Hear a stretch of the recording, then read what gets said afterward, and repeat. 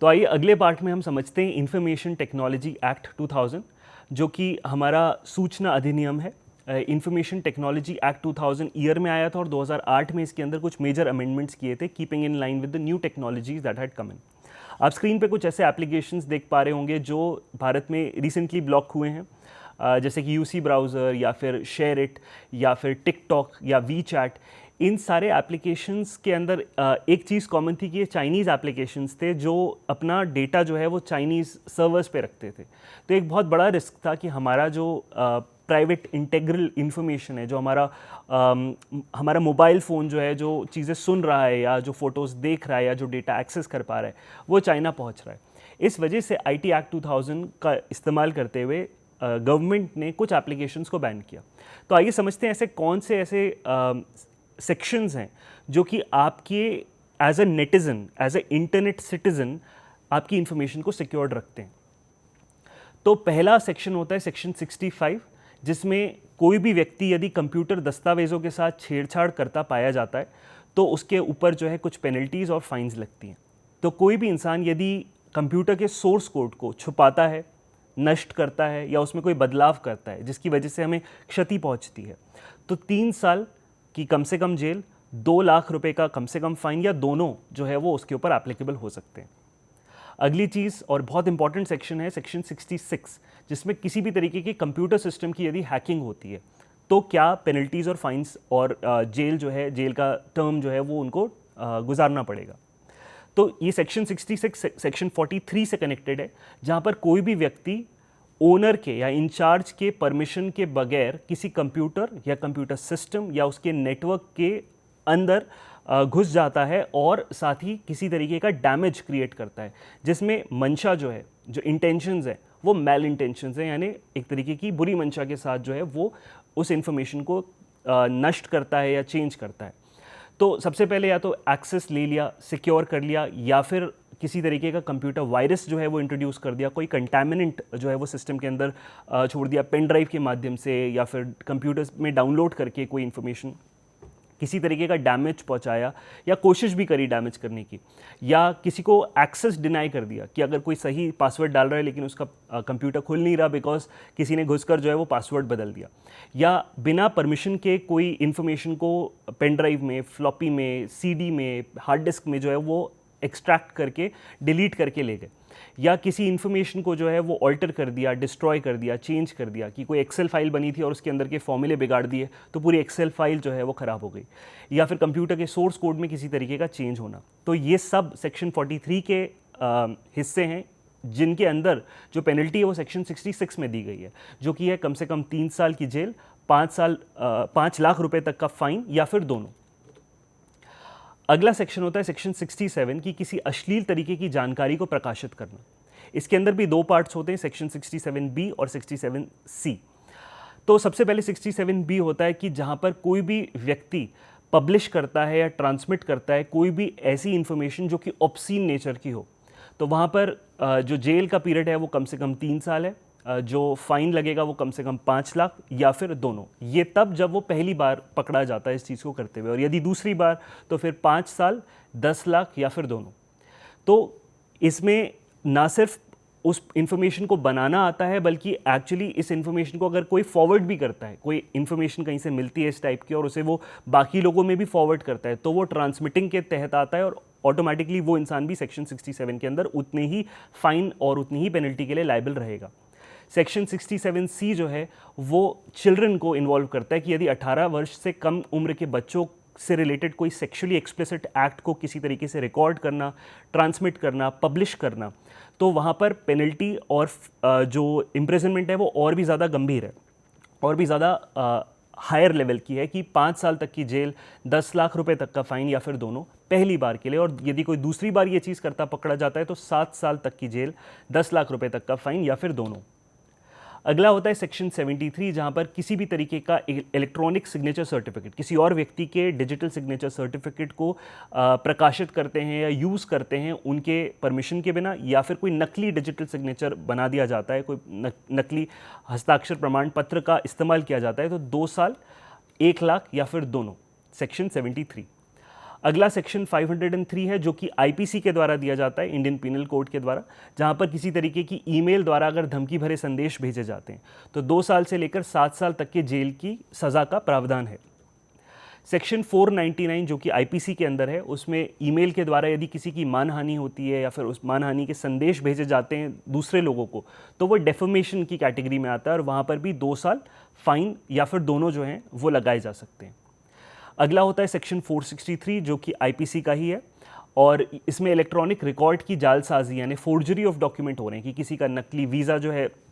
वो बना दिया गया या किसी का नकली आधार कार्ड जो है वो पब्लिश किया गया, किसी की 10-12 की मार्कशीट जो है उसके अंदर नंबर चेंज कर दिए, नाम चेंज कर दिया। तो ये सारी चीज़ें अगर इलेक्ट्रॉनिकली की जा रही हैं तो वो सेक्शन 463 आईपीसी के तहत है। हालांकि सेक्शन 463 हर तरीके की फोर्जरी से डील करता है, पर यहाँ पर इलेक्ट्रॉनिक फोर्जरीज भी जो हैं वो इसी के अंदर सम्मिलित हैं। तो इलेक्ट्रॉनिक रिकॉर्ड की अगर जालसाजी की जाती है तो व्यक्ति को 2 साल पेनल्टी के साथ जो है वो पीनलाइज किया जा सकता है। अगला होता है सेक्शन 420 आईपीसी की, जिसके अंदर किसी तरीके की फर्जी वेबसाइट बनाना या साइबर धोखाधड़ी करना किसी के साथ इंक्लूड होता है। तो कोई भी व्यक्ति अगर किसी तरीके से चीट करता है किसी दूसरे व्यक्ति को इलेक्ट्रॉनिक माध्यम से वेबसाइट्स नकली बनाकर, एप्लीकेशंस नकली बनाकर, लिंक गलत बनाकर और डिसऑनेस्टली उन्हें इंड्यूस करता है कि आप हमारे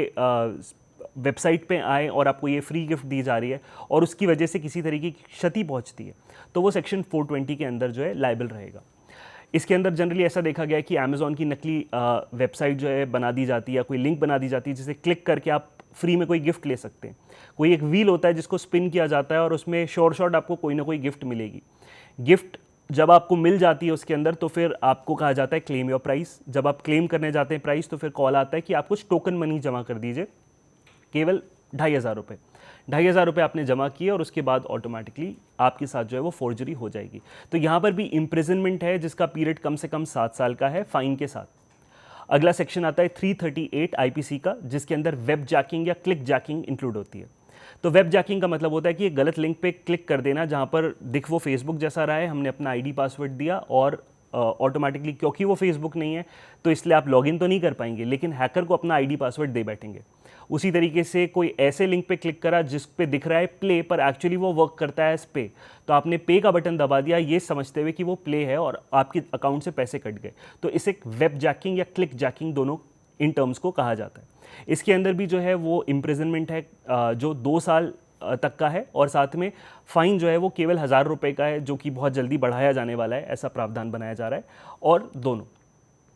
सेक्शन 500 आईपीसी का होता है कि किसी की ईमेल का दुरुपयोग किया जाता है कि किसी ने किसी का आईडी पासवर्ड जो है वो चुरा लिया और दूसरे लोगों को ईमेल भेजनी चालू कर दी कि मुझे पैसों की ज़रूरत है, मुझे अमेज़ॉन के गिफ्ट वाउचर्स खरीद के दो या फिर मुझे इस अकाउंट में पैसे जो है वो दे दो। तो यहाँ पर सेक्शन 500 अप्लाई हो जाता है, जिसके तहत 2 साल फाइन और या फिर दोनों जो हैं वो एप्लीकेबल हो जाते हैं।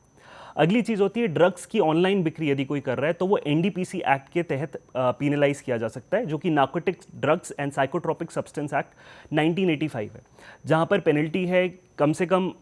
1 साल की, जो कि एक्सटेंड की जा सकती है और साथ ही 10,000 रुपये तक का फाइन है या फिर दोनों। ऐसे केस में अगर क्वांटिटी अगर छोटी है तो ये पेनल्टी लगेगी, यदि क्वांटिटी और ज़्यादा बड़ी हो जाती है जिसको सेल किया जा रहा है तो ऑटोमेटिकली जो इम्प्रिजनमेंट टर्म है या फिर जो फाइन्स हैं वो भी ज़्यादा हो जाते हैं। तो ड्रग्स की यदि कोई ऑनलाइन बिक्री कर रहा है तो वो एनडीपीसी एक्ट के तहत आएगा। उसी तरीके से अगर शास्त्रों का ऑनलाइन बिक्री की जा रही है, यानी आर्म्स एम्यूनेशन जो है वो भेजा जा रहा है, जैसे गन्स हो गई, पिस्टॉल्स हो गई, इन सबको अगर कोई ऑनलाइन वेबसाइट के माध्यम से सेल कर रहा है तो वहाँ पर भी कोई मैन्युफैक्चरर या सेलर या जो भी ऑफर कर रहा है सेल करने के लिए या फिर किसी दूसरी चीज़ों को कन्वर्ट करके जो है वो देसी जो कट्टे कहा जाते हैं उन्हें बनाकर बेच रहा है, रिपेयर कर रहा है या इम्प्रूव कर रहा है और उसको सेल कर रहा है ऑनलाइन माध्यम से, तो वहाँ पर भी जो आर्म्स एक्ट है 1878 वो उसको प्रोहिबिट करता है। और यदि कोई ऐसा करता पाया जाता है सेक्शन 7 के तहत तो वो कम से कम 7 साल और ज़्यादा से ज़्यादा आजीवन कारावास के लिए जो है वो पीनलाइज किया जा सकता है, जिसमें फाइन भी साथ में इंक्लूडेड है।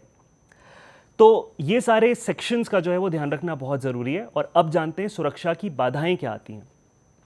तो जो आज के उद्यमी हैं या जो आज के इंडस्ट्रियलिस्ट हैं वो आईटी संसाधनों की उनके पास बहुत कमी है, बजट उनके पास बहुत लिमिटेड है, प्रबंधन करने के लिए जो है वो जोखिम लेने के लिए तैयार हो जाते हैं बिकॉज इतना ज़्यादा बजट ही नहीं है कि हम इतनी सिक्योरिटी प्रोवाइड कर पाएँ। तो ऐसे में एक तरीके से साइबर सिक्योरिटी जो है वो उनके लिए असंभव काम होता जा रहा है। तो वहाँ पर ज़रूरत पड़ती है हमें MSSP की, यानी मैनेज सिक्योरिटी सर्विस प्रोवाइडर, जो कि एक आउटसोर्स्ड एजेंसीज होती हैं जो बहुत ही कम बजट में सिक्योरिटी प्रोवाइड करती हैं। तो ये सबसे पहले आपके बिजनेस को समझते हैं और आपके जोखिमों को प्राथमिकता देते हैं कि कहाँ पर किस पर्टिकुलर सिक्योरिटी की ज़रूरत है, क्या नहीं करना है ऑर्गेनाइजेशन में, किस तरीके से डिजिटल सिक्योरिटी को बढ़ाया जा सकता है, वो ये जानते हैं। सुरक्षा के खर्चे वैसे भी किसी इंडस्ट्रियलिस्ट के लिए बहुत ज़्यादा होते हैं। कंप्यूटर्स खरीदना, उनके अंदर हार्डवेयर और सॉफ्टवेयर इंस्टॉल करवाना, ये वैसे ही उनके लिए बहुत ज़्यादा खर्चीला हो जाता है। तो ऐसे में MSSP जो है वो एक अफोर्डेबल ऑप्शन रहता है। हमें कई बार जो है वो एक इन हाउस IT टेक्नीशियंस को लेना होता है जो कि बहुत ज़्यादा सैलरी मांगते हैं। तो ऐसे में जो विशिष्ट प्रतिभा है उनकी भी कमी हो जाती है, ऑर्गेनाइजेशन सैलरी नहीं दे सकता, और लोगों जो लोग इन सिक्योरिटी के बारे में जानते हैं वो भी बहुत कम है। तो ऐसे केस में MSSP जानता है कि कैसे जो है वो एक आउटसोर्स्ड एजेंसी आपकी सिक्योरिटी की जो है वो रिक्वायरमेंट समझ सकता है, और किस तरीके से आप अपनी डेटा सिक्योरिटी इंश्योर करें उसकी भी मदद करने में सहायक है। तो ये कई कंपनियां ऐसी सुरक्षा प्रबंधन केवल इसलिए छोड़ देती हैं क्योंकि उनके पास जो है इसको लागू करने का स्टाफ नहीं है। तो MSSP कई प्रकार की क्षमताओं में काम कर सकता है और कंपनी के पास जो भी सुरक्षा की कमियां हैं उनको पूरा कर सकता है। धन्यवाद।